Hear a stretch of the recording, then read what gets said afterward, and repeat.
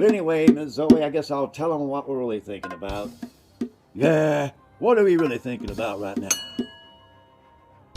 One day away from the national championship game. Ain't that right, Miss Zoe? One day away, he sure is. It's tomorrow. This is Sunday, and it'll be on a Monday. On Martin Luther King's birthday. So, a big day to celebrate. Good reason to get out the good coffee. Have a party.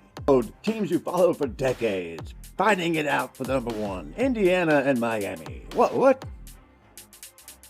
Who are they? A time traveler from 2014 would ask. A time traveler from 2017 would ask. And chuckle. I used to watch the old Miami shows and watch that guy, I don't remember his name, but he was such a sad sack.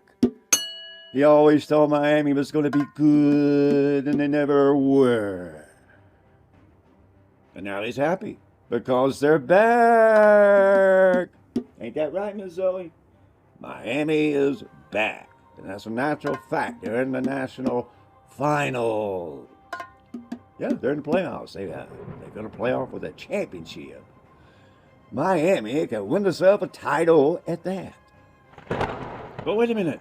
I thought you said everybody said that Indiana was the best team ever. How could they lose to Miami, who may or may not be bad?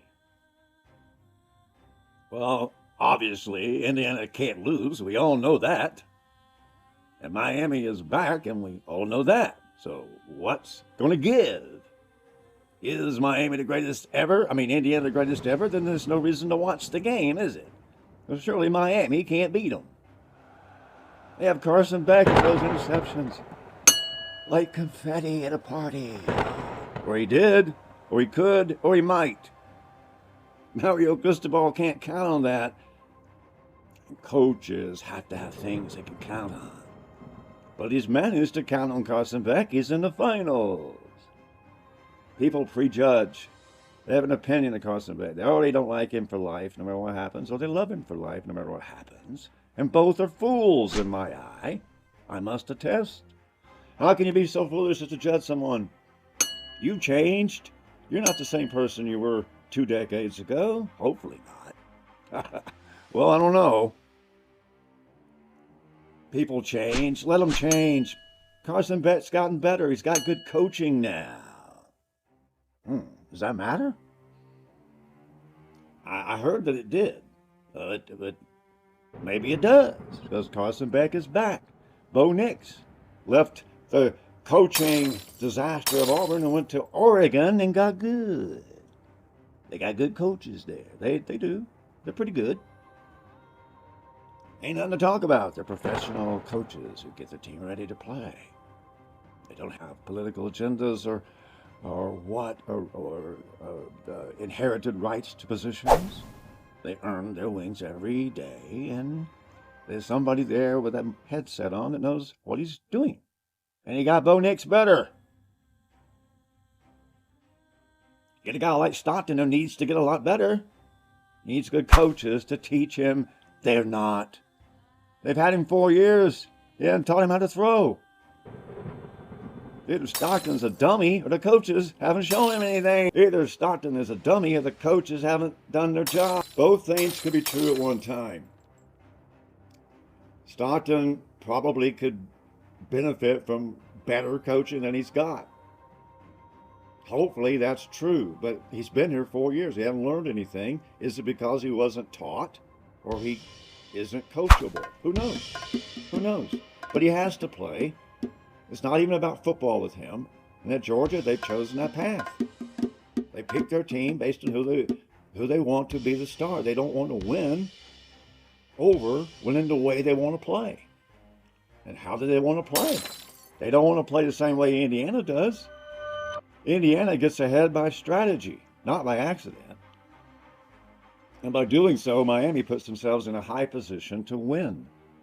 Get ahead by 17, the other team has to throw. Now they're one-dimensional. It's mathematical. Coaching is very mathematical. You got to know how to count. 8 punts are too many. You need to know how to count. You need to know what matters, what numbers matter. Take advantage of every statistical edge you can get. That's what a coach does. That's all he does. If he does that, he's a good coach. Sure, he teaches them how to make maneuvers, but what is his scheme? How does he plan to play football? That affects what he teaches them. So if you have a scheme or a concept of football that's behind the times or isn't using advantages, you can't get enough talent. There isn't enough talent to overcome that. And Georgia's not getting as much talent, but they're not trying to come up to the surface of the times. You have to throw downfield a lot to win. You do.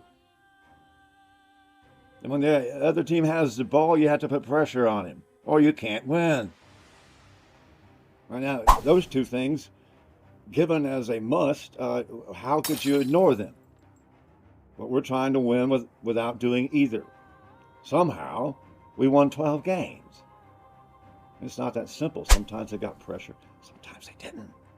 It's hard to do. Going downfield is hard to do for some people. It takes a talent.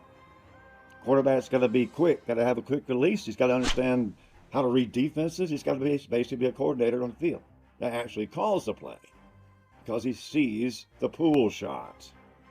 No different than pool because he knew all the shots. He knew how to execute most of them. Execution could be considered a big portion of winning, but it's not everything. What are they trying to do? You could be doing stupid things well and not win.